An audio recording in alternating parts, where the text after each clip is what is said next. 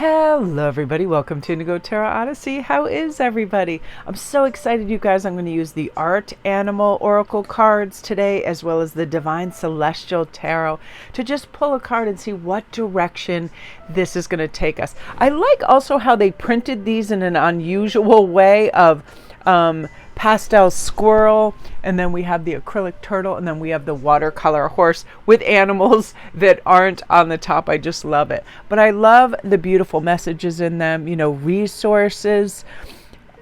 resourcefulness and agility in your artistry.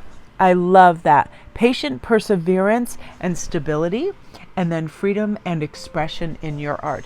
We all have something that we want to express and do. Now that Halloween's coming up, a lot of people are making their costumes, putting them together. This can be even making a meal. All of those things where we are having a good time and we have no emotional reactivity. It is fun and we're coasting. So we allow ourselves to pause and just breathe for a minute. Just breathe for 1 minute and say, what do I want to commence with? Because I know as a creative person, I create all kinds of piles of refuse. And, if I'm painting, I have all my paints. I have to make sure they're not dripping all over everywhere. And my pens, one time we just got a new duvet cover and I was drawing in bed with these felt tip pens and I dropped one and I didn't know, and it rolled all over the duvet and left all of these blue marks everywhere. I thought it looked cool. My husband did not. But that sort of thing, allowing yourself freedom and realizing, hey, your house or your room or your workspace, whatever, isn't messy. It's filled with creative explosions of joy and, that dynamic that we get so excited when we're creating. Yeah. And look at this. Doesn't that just go so beautifully? The Magician definitely talks about, oh my gosh, I want to combine these for sure. Now, I want to talk about our emotions that go in this, because when we have the moon with this, it's like when we have an emotion and we're not sure what's going on, let's just label it. Let's label it and see if it comes from fear. Let's see if it comes from exuberance. Let's see if it comes from curiosity. And question it too. Why am I feeling this way? Is it something I just saw? Is it something I just experienced?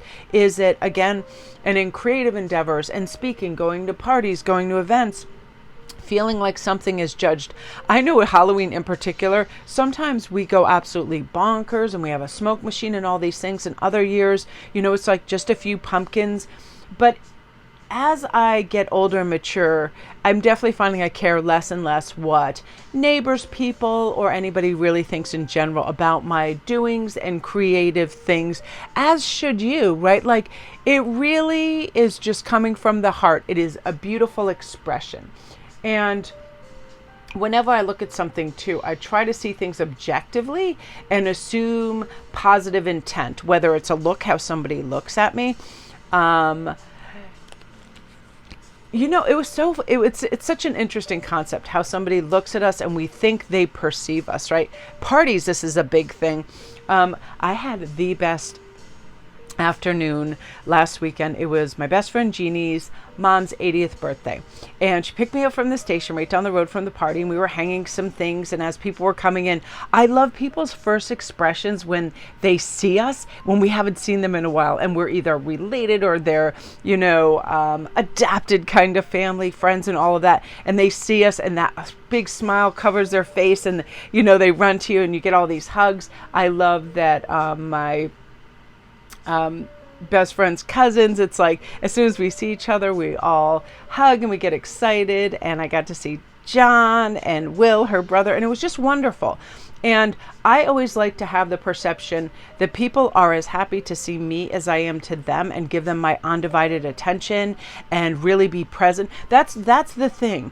I noticed at any party, something that somebody really, really wants is to feel comfortable and feel like somebody is listening to them. If people are really aware, I'm quite aware if people are engaged in what I'm saying, because, topics interest certain things. So also to make sure those topics might revolve around them and their hobbies, and asking them questions.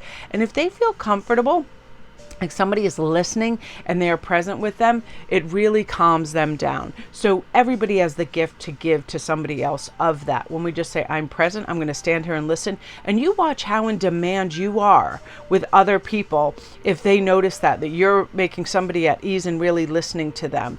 And it's like all of a sudden you'll just be surrounded by people that want to talk to you and spend time with you, because there's nothing more like quietly insulting than if you are speaking to somebody and they start looking around, or they look at their phone, or they do something. That's sort of like, oh, I'm checked out. And some people do have very short attention spans, but I will not do that to somebody, even if they are talking about, I don't know, the pH in the soil in, Zimbabwe. It's like, I'm tuned in. Tell me about that pH balance in that soil.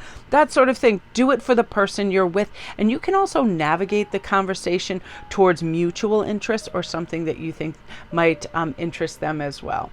But it's really wonderful. And something else that we can do in this time where we're all starting to get together, hey, count to 20 before we respond if somebody says something that's it hasn't registered correctly with us, or we're perceiving as an insult, or we're perceiving it as something that it hasn't balanced. So just count to 20 and then frame it in its most positive light, so you can bring that awareness back to your body and be like, hey, not everything everybody says is going to land correctly, nor do we have to be reactive to it. That's the magician. You're going to feel like, ooh, I am clearly moving through this with success.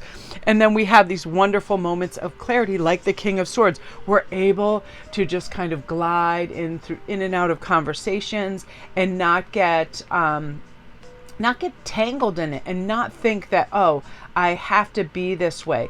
It's when we are less self-conscious, interestingly enough, that the better things come through.